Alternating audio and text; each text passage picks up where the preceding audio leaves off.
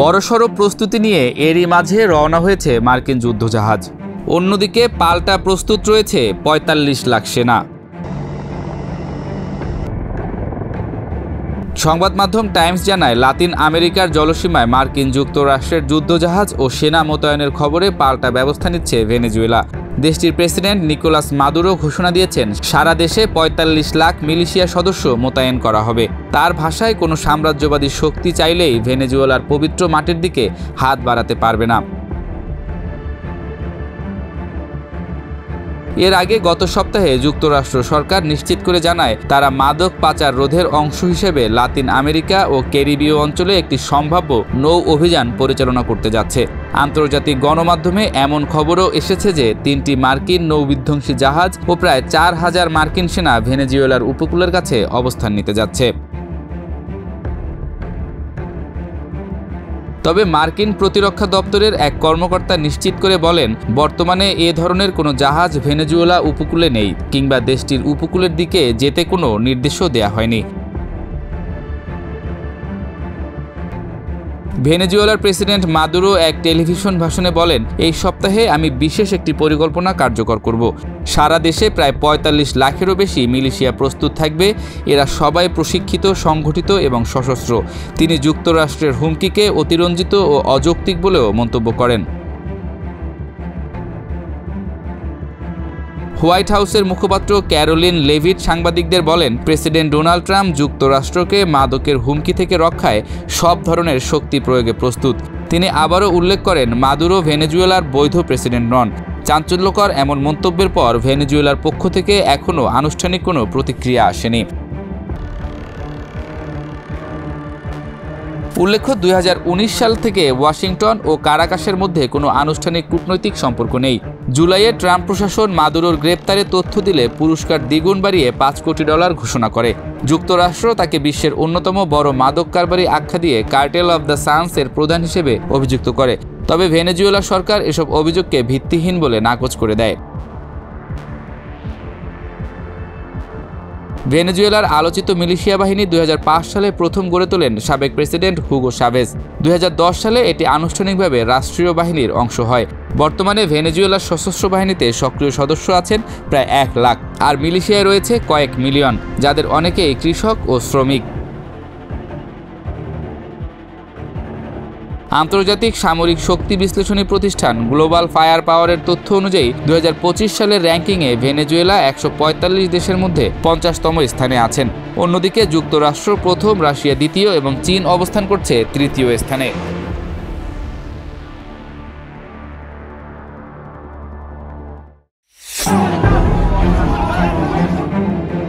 গত ৫ মাস ধরে আমরা কোনো আমিষ খাইনি। আমার ছোট ছেলের বয়স ৪ বছর, কিন্তু সে জানেই না ফলমূল আর সবজি দেখতে কিংবা খেতে কেমন। কথাগুলো বলছিলেন গাজা শহরে ৫ সন্তান নিয়ে বসবাসরত ৪১ বছর বয়সী নারী রিম তৌফিক খাদার। চোখ বন্ধ করে একবার ভাবুন তো, ওই মা আপনি, আর ৪ বছরের শিশুটি আপনার। এদিকে আপনার সন্তান খেতে চাচ্ছে, কিন্তু আপনি খাবার দিতে পারছেন না।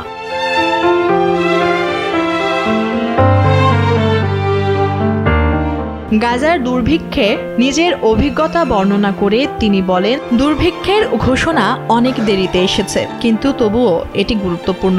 জাতিসংঘ সমর্থিত এক প্রতিবেদনে প্রথমবারের মতো গাজা উপত্যকার কিছু অঞ্চল জুড়ে দুর্ভিক্ষের ঘোষণার পর সেখানকার বাসিন্দারা জানিয়েছেন ভয়াবহ ক্ষুধা কিভাবে তাদের শরীরে প্রভাব ফেলছে। বিবিসিতে প্রকাশিত সাংবাদিক টম বেনেট ও রুশদি আবু আলৌফের লেখা প্রতিবেদনটি এখানে তুলে ধরা হলো।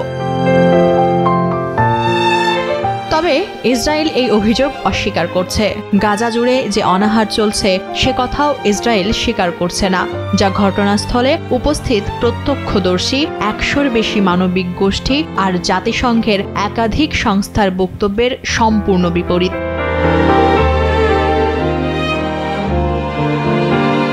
শুক্রবার জাতিসংঘ সমর্থিত integrated food security phase classification বা আইপিসি বলেছে, গাজা সিটি ও আশেপাশের এলাকায় সম্পূর্ণভাবে মানবসৃষ্ট দুর্ভিক্ষ চলছে।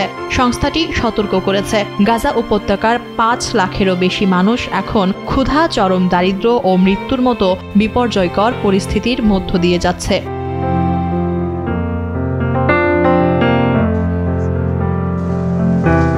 ছয় সন্তানের মা রাজা তালবেহ 25 কেজি ওজন হারিয়েছেন।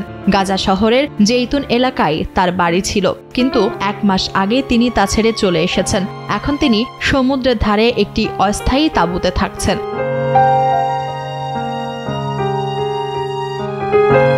তার শরীর গ্লুটেন মানে শস্য জাতীয় খাবার একেবারেই সহ্য করতে পারে না, তাই বাজারে বা আশেপাশে তার খাওয়ার মতো খাবার খুঁজে পাওয়াটা এখন কঠিন বিষয় হয়ে গেছে। যুদ্ধের আগে একটি দাতব্য সংস্থা আমাকে গ্লুটেন মুক্ত খাবার পেতে সাহায্য করত, কারণ ওই খাবার কিনে খাওয়া আমার সাধ্যের বাইরে।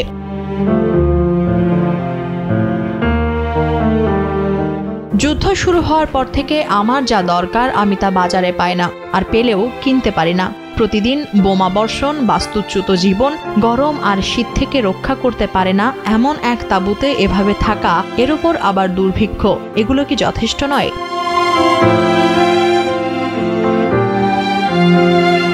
এদিকে 29 বছরের রিদা হিজে জানান, তার 5 বছরের মেয়ে লামিয়ার ওজন 19 কেজি থেকে নেমে 10.5 কেজি হয়ে গেছে। তিনি বলেন, যুদ্ধের আগে লামিয়ার কোনো রোগী ছিল না, সবকিছুই হয়েছে কেবল দুর্ভিক্ষের কারণে। একটি শিশুর খাওয়ার মতো কোনো খাবারই নেই, কোনো সবজি নেই, কোনো ফল নেই। লামিয়া এখন পা ফোলা, চুল পড়া আর স্নায়ুর নানা রকম সমস্যায় ভুগছে। লামিয়া হাঁটতে পারে না। আমি বহু ডাক্তারের কাছে গিয়েছি, ক্লিনিক, হাসপাতাল ঘুরেছি, তারা সবাই বলেছে আমার মেয়ে অপুষ্টিতে ভুগছে, কিন্তু তারা কেউ কিছুই দেয়নি, না চিকিৎসা না কোনো সহায়তা। ইউকেমেড নামের একটি ব্রিটিশ দাতব্য সংস্থার হয়ে গাজায় কাজ করছেন ব্রিটিশ নার্স ম্যান্ডি ব্ল্যাকম্যান। তিনি বলেন, মাতৃত্বকালীন, প্রসবের আগে ও প্রসব পরবর্তী অবস্থায় যেসব মায়েরা ক্লিনিকে আসেন তাদের 70% শরীরে অপুষ্টি ভয়াবহ পর্যায়ে চলে গেছে। ফলে জন্ম নেওয়া শিশুদের আকার ছোট হচ্ছে এবং বেশ নাজুক হয়ে যাচ্ছে। গাজা শহরের বাসিন্দা আসিল জানান, তিনি মাসের পর মাস ধরে কোনো ফল বা মাংস খাননি, আর বেঁচে থাকার জন্য প্রায় সব সঞ্চয় খরচ করে ফেলেছেন। আসিল তার ননদের সাথে থাকেন। ননদের 1 মাস বয়সী একটি সন্তান আছে। তার ননদ মরিয়া হয়ে সাশ্রয়ী দামে শিশুদের গুঁড়া দুধ খুঁজছে, কিন্তু কোথাও পাওয়া যাচ্ছে না। তিনি জানান, যদি এটি পাওয়া যায়ও তার প্রতি ক্যানের দাম পড়বে 180 শেকেল বা 39 ইউরো। কিন্তু এত অর্থ দুধের জন্য খরচ করা আমার পক্ষে সম্ভব না। আমার কাছেও কোনো খাদ্য মজুদ করা নেই, এমনকি 1 থেকে 2 সপ্তাহের মতোও না। হাজারো মানুষের মতো আমরাও দিন গুনেই বেঁচে আছি।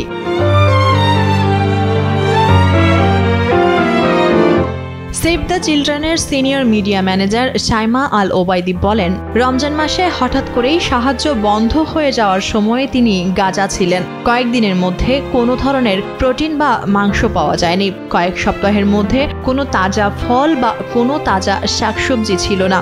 এমনকি 1 মাসের মধ্যে কোনো ময়দাও ছিল না। যদি ময়দাও পাওয়া যেত তবে তা স্বাভাবিকের চেয়ে 3 গুণ বেশি দামে পাওয়া যেত।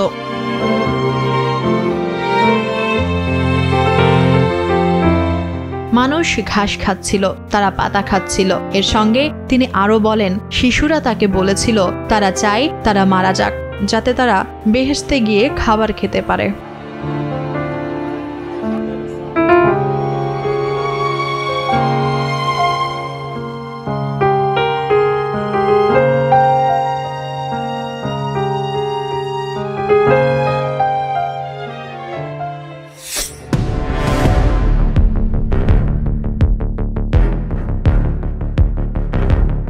গোয়েন্দা সংস্থার প্রধান সহ 3 জ্যেষ্ঠ সামরিক কর্মকর্তাকে বরখাস্ত করেছে মার্কিন প্রশাসন। এক ঝটকায় 3 শীর্ষ কর্মকর্তাকে বরখাস্তের ঘটনায় পেন্টাগনে আবারও শুরু হয়েছে তোলপাড়। শুক্রবার মার্কিন প্রতিরক্ষা মন্ত্রী পিট হেগসেট এই ঘোষণা দেন। এই সিদ্ধান্তকে অনেকেই প্রেসিডেন্ট ডোনাল্ড ট্রাম্প প্রশাসনের অধীনে পেন্টাগনের ভেতরে আনুগত্যের খেলার সর্বশেষ অধ্যায় হিসেবে দেখছেন। কেন এমন পদক্ষেপ নেওয়া হলো তা নিয়ে এখনও চলছে নানা জল্পনা।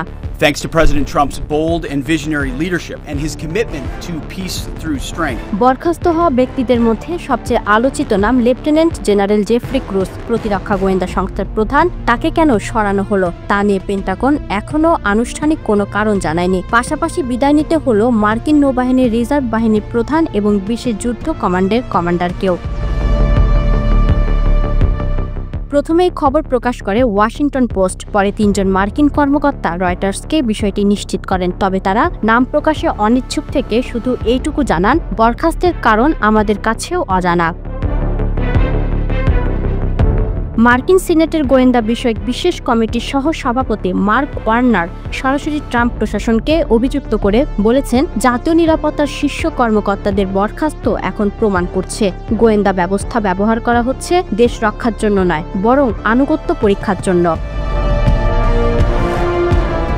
এটি প্রথম নয়, এর আগেও গত এপ্রিলে জাতীয় নিরাপত্তা সংস্থার NSA পরিচালক জেনারেল টিমোথি হোককেও সরিয়ে দিয়েছিলেন। সেই অভিযানে হোয়াইট হাউসের জাতীয় নিরাপত্তা কাউন্সিলের ডজনখানেক কর্মকর্তাও চাকরি হারান। ফলে হেক্সেটের সাম্প্রতিক পদক্ষেপকে অনেকে সেই ধারাবাহিকতারই অংশ হিসেবে দেখছেন।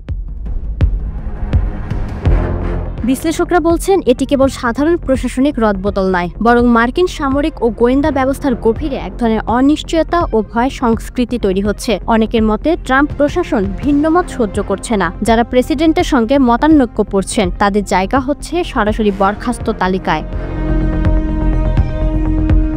সর্বশেষ প্রশ্ন থেকেই যায়, এটি কেবল নেতৃত্বের পরিবর্তন নাকি মার্কিন সামরিক ও গোয়েন্দা কাঠামোর ভেতরে রাজনৈতিক প্রভাব বিস্তারের নতুন কৌশল? একদিকে আনুগত্য নিশ্চিত করা হলেও অন্যদিকে এভাবে জাতীয় নিরাপত্তা স্থিতিশীলতা ঝুঁকির মুখে পড়েছে কিনা সেটি এখন আলোচনার কেন্দ্রবিন্দু।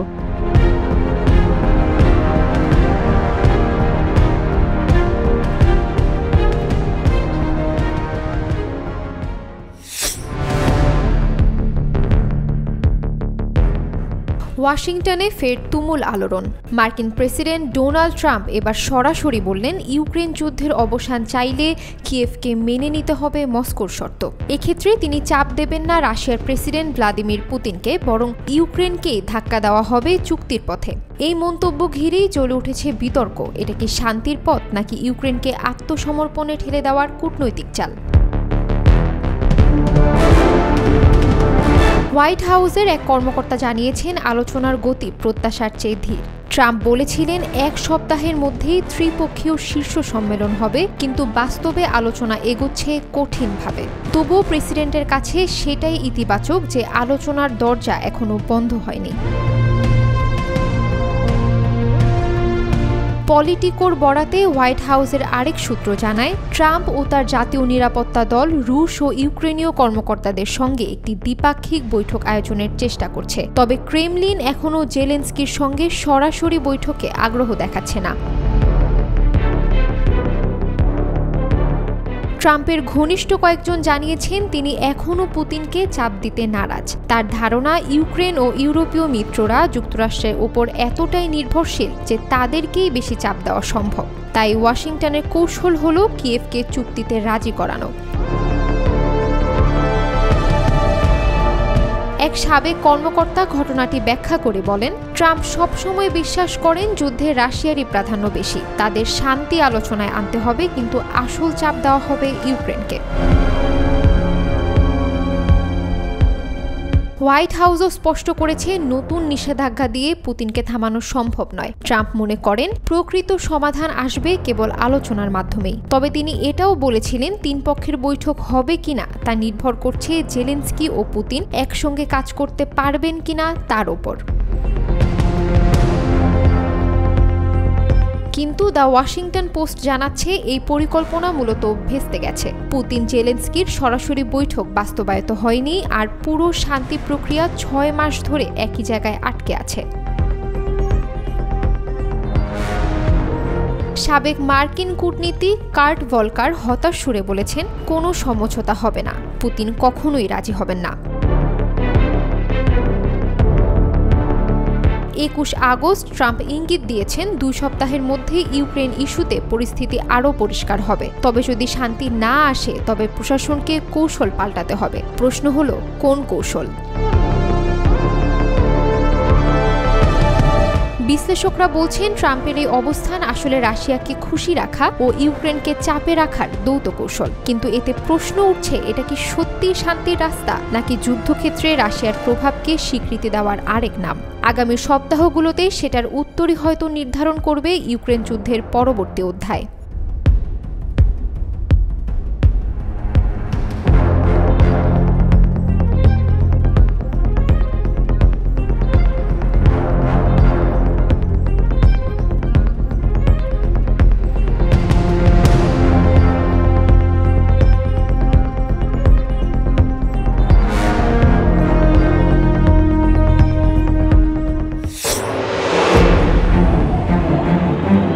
আলাস্কায় ট্রাম্প পুতিন শীর্ষ বৈঠকের ব্যর্থতার পর এবার ইউক্রেনের রাষ্ট্রপতি জেলেনস্কি নতুন কৌশল হাতে নিয়েছেন।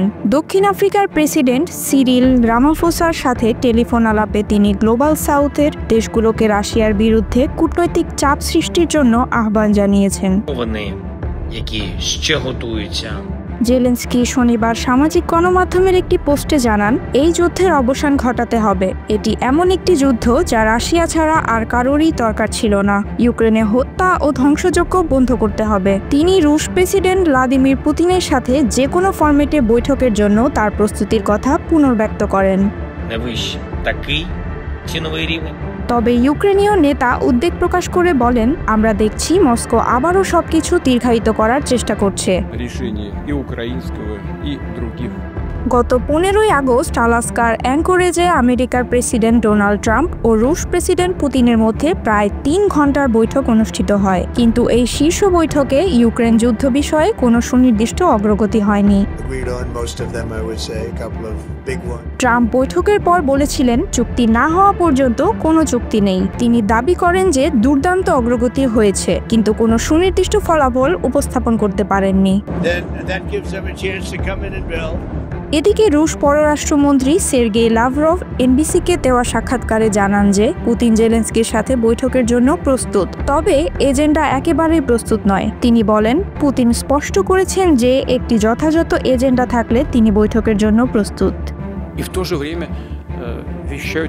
কূটনৈতিক প্রচেষ্টা স্থবির থাকার মধ্যেই যুদ্ধক্ষেত্রে রাশিয়া তার অগ্রযাত্রা অব্যাহত রেখেছে। শনিবার রুশ প্রতিরক্ষা মন্ত্রণালয় জানায় যে তাদের বাহিনী পূর্ব ইউক্রেনের দোনেক্স অঞ্চলে স্রেতনেই ও ক্লেবান বিক গ্রাম দুটি দখল করেছে।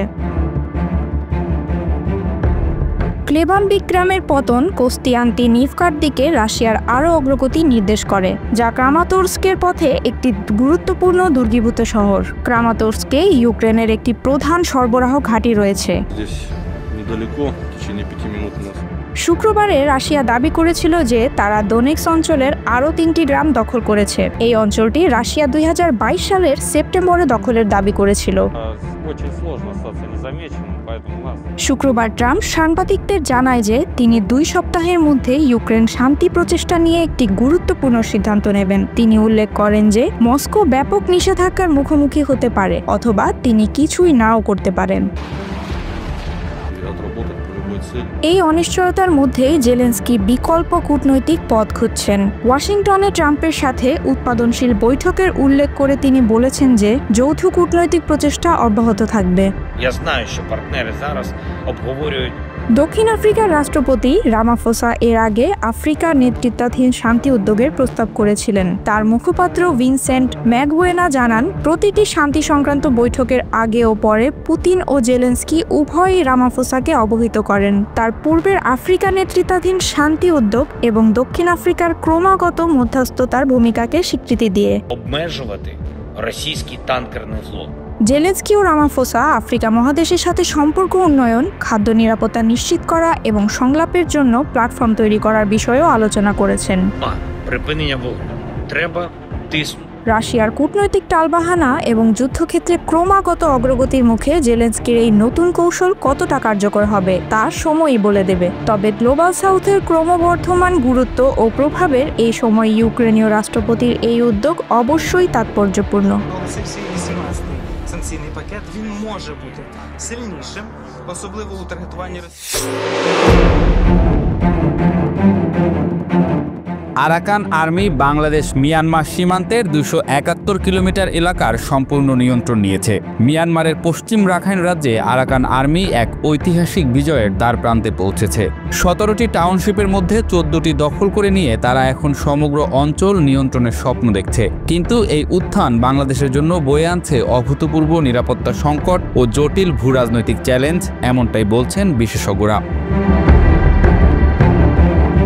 ডিসেম্বর 2024 থেকে আগস্ট 2025 পর্যন্ত নাফ নদী ও বঙ্গোপসাগরে আরাকান আর্মি প্রায় 211 জন বাংলাদেশি জেলেকে অপহরণ করেছে।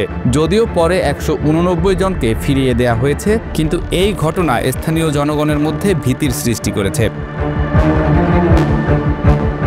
বিগত সময়ে সেন্ট মার্টিন দ্বীপের কাছে বাংলাদেশি নৌকায় গুলিবর্ষণ এবং মিয়ানমার নৌবাহিনীর জাহাজের উপস্থিতিতেও নিরাপত্তা চ্যালেঞ্জের মুখে পড়ে বাংলাদেশ। 9 দিন ধরে দ্বীপের খাদ্য ও ওষুধের সরবরাহ হুমকির মুখে পড়েছিল।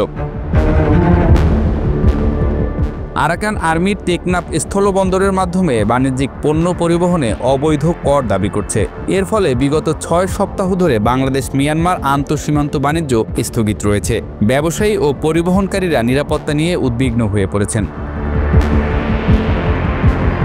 আরাকান আর্মির উত্থানের পর রোহিঙ্গা সংকট নতুন জটিলতায় পড়েছে। গত 18 মাসে আরও 1.5 লাখ রোহিঙ্গা বাংলাদেশে আশ্রয় নিয়েছে। বর্তমানে কক্সবাজারে 10 লাখের বেশি রোহিঙ্গা শরণার্থী রয়েছে। আরাকান আর্মি রোহিঙ্গাদের ফেরত নেয়ার ব্যাপারে অস্বীকৃতি জানিয়েছে এবং তাদের সীমান্ত পারাপার নিষিদ্ধ করেছে। উল্টোদিকে দিনে 500 থেকে 1000 মানুষকে রাখাইন থেকে বাংলাদেশে যেতে অনুমতি দিচ্ছে। ইন্টারন্যাশনাল ক্রাইসিস গ্রুপের প্রতিবেদন অনুযায়ী রোহিঙ্গা সশস্ত্র গোষ্ঠীগুলো কক্সবাজার শরণার্থী শিবিরে নতুন করে জঙ্গি নিয়োগ শুরু করেছে। 2024 সালের শুরুতে 1000-এরও বেশি তরুণ ও কিশোরকে জোরপূর্বক মিয়ানমারে যুদ্ধে পাঠানো হয়েছে। এই গোষ্ঠীগুলো ধর্মীয় ভাষা ব্যবহার করে আরাকান আর্মির বিরুদ্ধে জিহাদের ডাক দিচ্ছে বলেও জানা গেছে। তারা 2024 সালের নভেম্বরে হারমোনি চুক্তি স্বাক্ষর করে একসাথে কাজ করার সিদ্ধান্ত নিয়েছে। এপ্রিলে বান্দরবানের থানচি উপজেলার ঝিরিমুখ এলাকায় আরাকান আর্মির সদস্যরা জলকেলি উৎসবে অংশ নিয়ে বাংলাদেশের ভূখণ্ডে অনুপ্রবেশ করে। এটি বাংলাদেশের আঞ্চলিক অখণ্ডতার প্রতি প্রত্যক্ষ হুমকি হিসেবে দেখা হচ্ছে। আরাকান আর্মি আন্তর্জাতিক মাদক ব্যবসায়ের সাথে জড়িত বলে অভিযোগ রয়েছে। এটি বাংলাদেশ মিয়ানমার সীমান্ত অঞ্চলে সরকারের মাদক বিরোধী অভিযানের জন্য বড় চ্যালেঞ্জ সৃষ্টি করেছে। আরাকান আর্মি চীনের বেল্ট অ্যান্ড রোড ইনিশিয়েটিভের অংশ কিয়াওকফিউ গভীর সমুদ্র বন্দর দখলের প্রস্তুতি নিচ্ছে।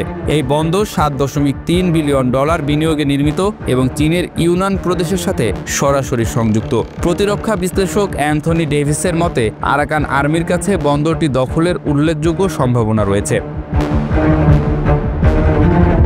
আরাকান আর্মির ক্রমবর্ধমান শক্তি বাংলাদেশের জন্য দীর্ঘমেয়াদী চ্যালেঞ্জ সৃষ্টি করবে। তারা 40,000 যোদ্ধা নিয়ে ইতোমধ্যেই মিয়ানমারের বৃহত্তম জাতিগত সেনাবাহিনী হয়ে উঠেছে। যদি তারা কিয়াওকফিউ ও সিতুয়ে বন্দর দখল করে নেয়, তাহলে চীন ও ভারতের জন্য গুরুত্বপূর্ণ পরিবহন ও বাণিজ্য প্রবেশপথ তাদের নিয়ন্ত্রণে চলে যাবে। বিশ্লেষকরা বলছেন বাংলাদেশকে এখনই কৌশলগত সিদ্ধান্ত নিতে হবে আরাকান আর্মির সাথে সম্পর্ক রক্ষার চেষ্টা, রোহিঙ্গা সংকট মোকাবেলা এবং নিজের নিরাপত্তা স্বার্থ কিভাবে রক্ষা করবে।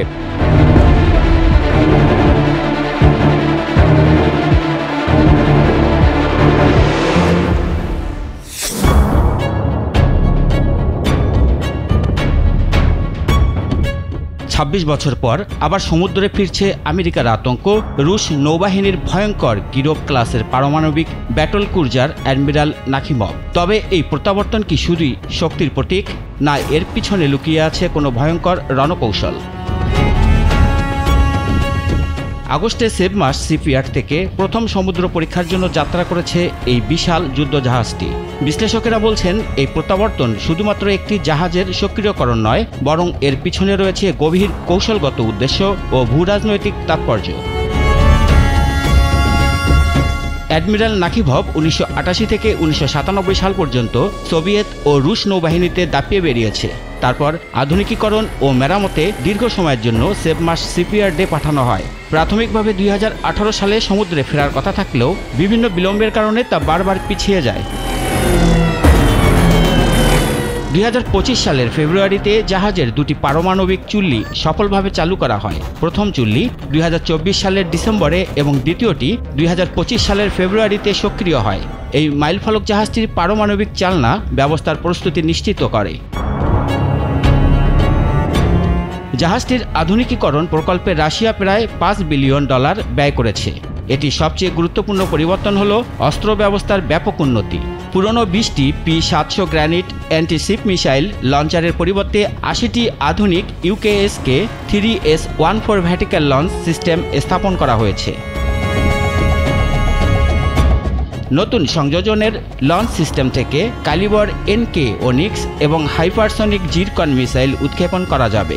বিশেষত জিরকন হাইপারসনিক মিসাইল বা অদম্য গতিতে চলতে পারে এবং 1000 কিলোমিটার দূর পর্যন্ত লক্ষ্যবস্তুতে আঘাত হানতে সক্ষম। অ্যাডমিরাল নাকিভভের প্রত্যাবর্তন রাশিয়ার আরেকটি কৌশলের একটি গুরুত্বপূর্ণ অংশ। উত্তরাঞ্চলীয় নৌবহরের নতুন ফ্ল্যাগশিপ হিসেবে এটি আর্কটিক মহাসাগরে, বারেন্টস সাগর এবং নরওয়েজিয়ান সাগরে রাশিয়ার উপস্থিতি শক্তিশালী করবে। বিশেষত উত্তর সমুদ্রপথ নিয়ন্ত্রণে এই জাহাজের ভূমিকা অত্যন্ত গুরুত্বপূর্ণ। জলবায়ু পরিবর্তনের ফলে আর্কটিকের বরফ গলার সাথে সাথে এই পথ আন্তর্জাতিক বাণিজ্যের জন্য আরও গুরুত্বপূর্ণ হয়ে উঠছে। রাশিয়া এই পথে নিয়ন্ত্রণ বজায় রাখতে চায়, যা তাদের ভূরাজনৈতিক প্রভাব বৃদ্ধি করবে। কিরভ ক্লাস ব্যাটল ক্রুজারগুলো মূলত ন্যাটো ক্যারিয়ার স্ট্রাইক গ্রুপের বিরুদ্ধে লড়াইয়ের জন্য ডিজাইন করা হয়েছিল। আধুনিকীকৃত অ্যাডমিরাল নাকিমভ 174টি ভার্টিক্যাল লঞ্চ মিসাইল সেল থাকা বিশ্বের সবচেয়ে শক্তিশালী সারফেস কমব্যাটানদের একটি। জিরকন হাইপারসনিক মিসাইলের উপস্থিতি ন্যাটোর বর্তমান বায়ু প্রতিরক্ষা ব্যবস্থার জন্য একটি গুরুতর চ্যালেঞ্জ। এই মিসাইলের প্লাজম ক্লাউড রাডার সিগন্যাল শোষণ করে, যা একে কার্যত অদৃশ্য করে তোলে। অ্যাডমিরাল নাকিমভের প্রত্যাবর্তন শুধু সামরিক ক্ষমতার প্রদর্শন নয়, এটি রাশিয়ার জাতীয় গর্ব ও আত্মবিশ্বাসের প্রতীকও। ন্যাটো ও আমেরিকার সাথে পরোক্ষ যুদ্ধ চলাকালে রাশিয়া তার প্রযুক্তিগত ধারাবাহিকতা ও কৌশলগত দৃঢ়তার বার্তা দিতে চায়।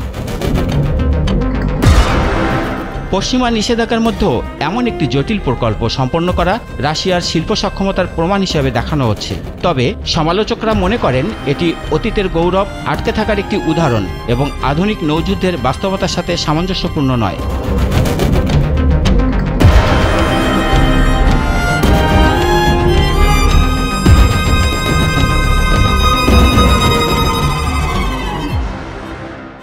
Prime Minister Modi recently announced the reductions to India's unfair, very strong.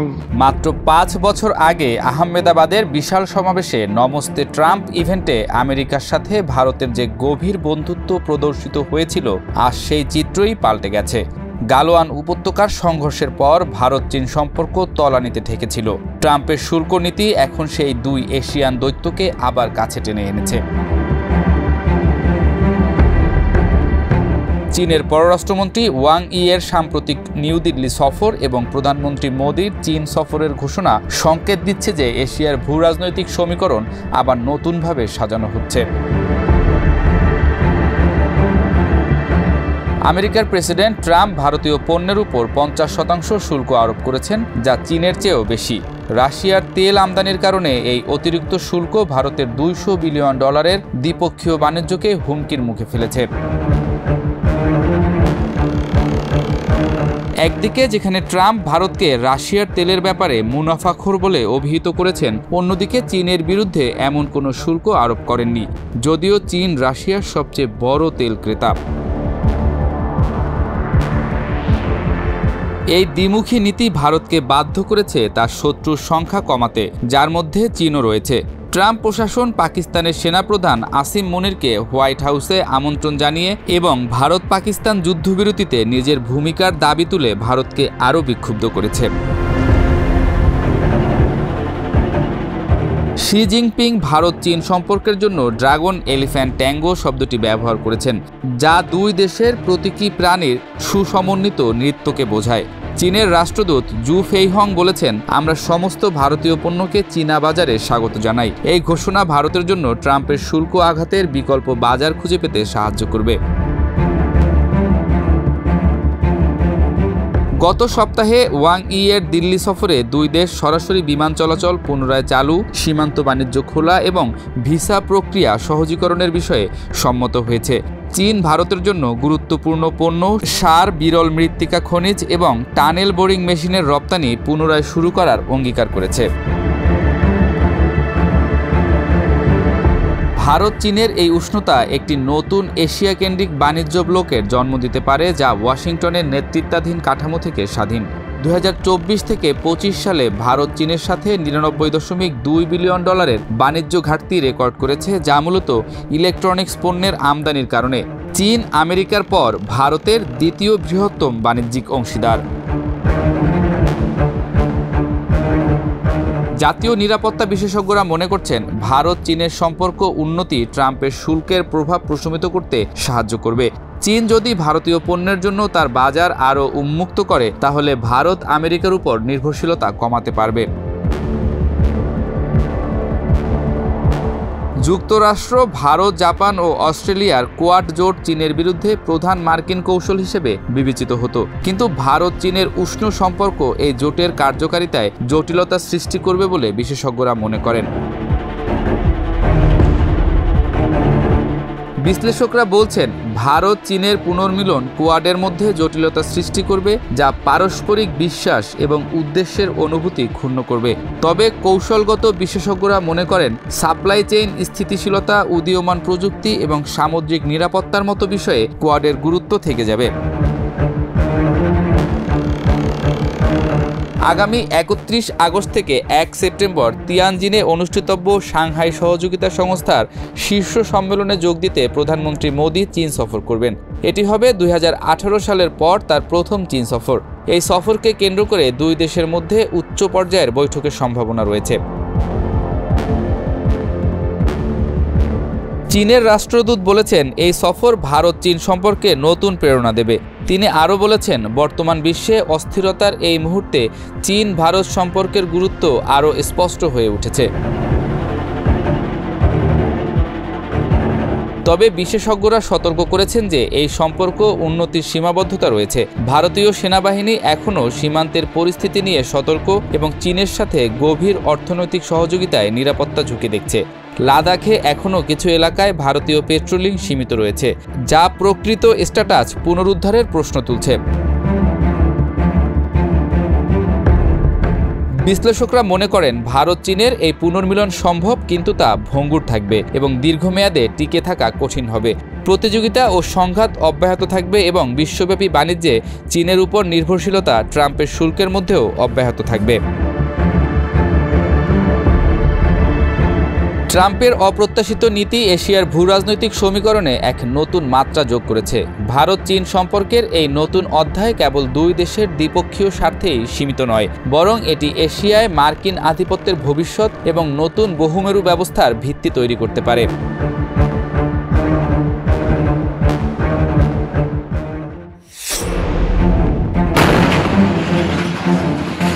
Iran বিভিন্ন দেশে অস্ত্র তৈরির কারখানা গড়ে তুলেছে বলে জানিয়েছেন দেশটির প্রতিরক্ষামন্ত্রী আজিজ নাসিরজাদে। জানা গেছে, ইসরায়েল ও যুক্তরাষ্ট্রের নজর এড়াতে ইরানের বাইরে বিভিন্ন দেশে অস্ত্র কারখানা গড়ে তুলেছে তেহরান। খামেনির দেশ এখন ইরানের বাইরেও ভয়ঙ্কর সব অস্ত্র তৈরির কাজ করছে। আজিজ নাসিরজাদে ইরানের রাষ্ট্রীয় টেলিভিশনে এমন চমকপ্রদ খবরের তথ্য প্রকাশ করলেন। খবরে বলা হয়েছে, তবে কোন কোন দেশে এসব কারখানা স্থাপন করা হয়েছে তা আপাতত প্রকাশ করেননি আজিজ। শুক্রবার রাতে রাষ্ট্রীয় টেলিভিশনে দেয়া এক সাক্ষাৎকারে নাসিরজাদে বলেন, আমরা কয়েকটি দেশে অস্ত্র কারখানা স্থাপন করেছি, তবে এখনই নাম ঘোষণা করছি না। তিনি আরও জানান, গত 1 বছরে ইরান নতুন ধরনের উন্নত ও নিয়ন্ত্রণযোগ্য ওয়ারহেড পরীক্ষাও করেছে।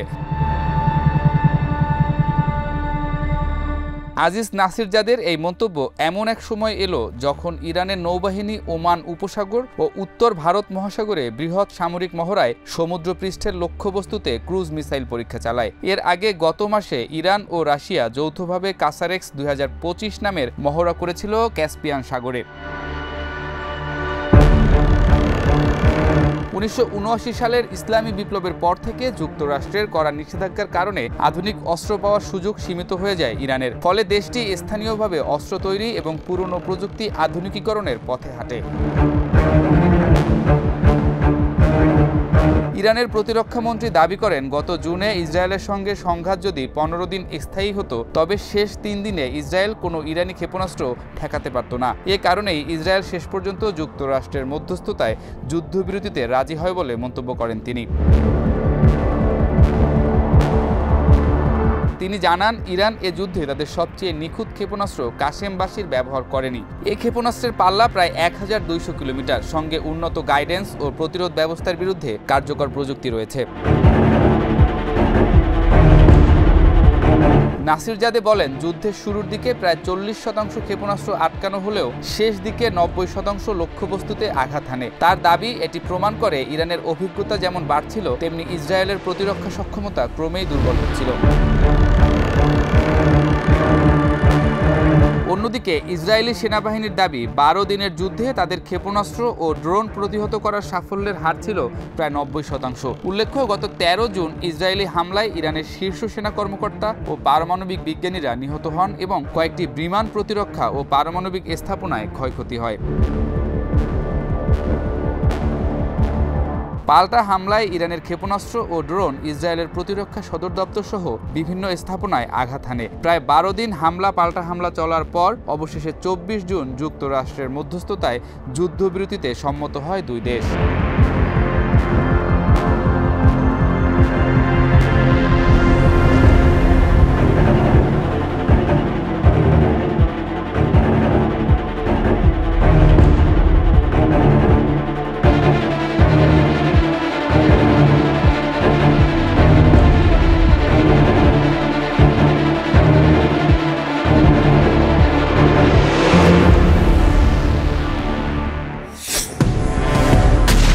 চীনের একটি নতুন উড়োজাহাজের ছবি ফাঁস হতেই সামাজিক যোগাযোগ মাধ্যমে শুরু হয়েছে তুমুল আলোড়ন। ছবিতে দেখা যাচ্ছে এক রহস্যময় ড্রোন যার নকশা প্রায় হুবহু মিলে যাচ্ছে মার্কিন যুক্তরাষ্ট্রের কিংবদন্তি স্টেলথ বোম্বার B2 স্পিরিটের সঙ্গে। তবে এটি আসলেই বোম্বার নাকি কেবল নজরদারি ড্রোন, সে প্রশ্নের উত্তর এখনো স্পষ্ট নয়। কিন্তু ছবির আকার ও গঠন দেখে বিশেষজ্ঞরা বলছেন এটি নিঃসন্দেহে চীনের সামরিক সক্ষমতার নতুন ইঙ্গিত।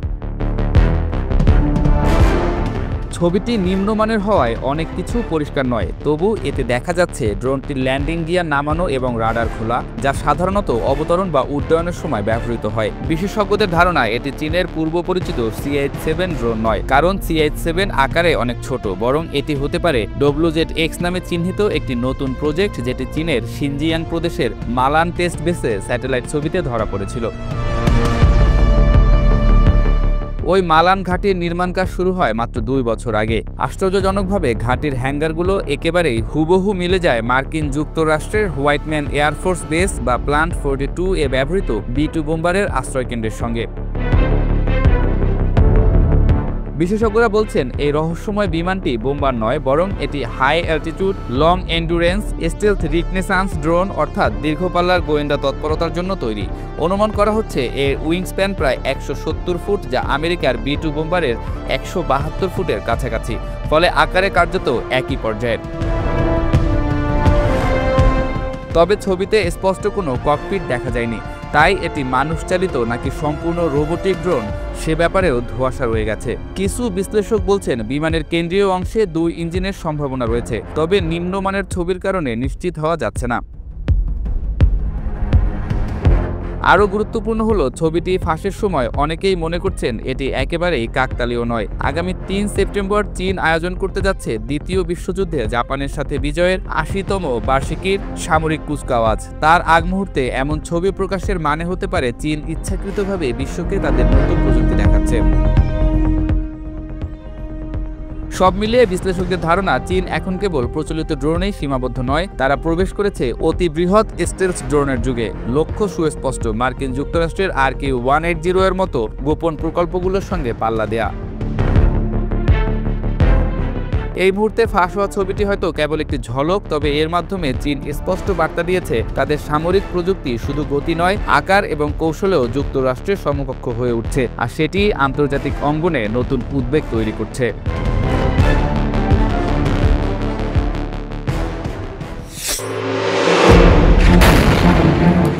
ইউক্রেন শান্তি চুক্তি নিয়ে মস্কোর উপর হতাশ হয়ে পড়েছেন যুক্তরাষ্ট্রের প্রেসিডেন্ট ডোনাল্ড ট্রাম্প। শুক্রবার ট্রাম্প আবার রাশিয়াকে হুমকি দিয়ে বলেছেন 2 সপ্তাহের মধ্যে ইউক্রেন সংকটের শান্তিপূর্ণ সমাধানে কোনো অগ্রগতি না হলে তিনি রাশিয়ার উপর নিষেধাজ্ঞা আরোপ করবেন।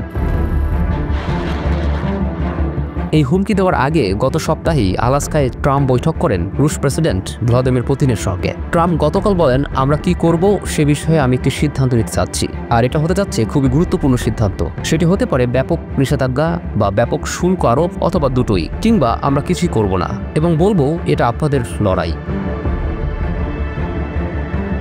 এ সপ্তাহে ইউক্রেনে একটি মার্কিন কারখানায় রাশিয়া হামলা করে। হামলার পর সেখানে আগুন লেগে যায়। এতে কারখানার কয়েকজন কর্মী আহত হন। হোয়াইট হাউসের সাংবাদিকদের সামনে ঘটনার অসন্তোষ প্রকাশ করে ট্রাম্প বলেন, আমি ঘটনায় একেবারেই খুশি নই। ওই যুদ্ধ সংক্রান্ত কোনো বিষয় নিয়ে আমি খুশি নই।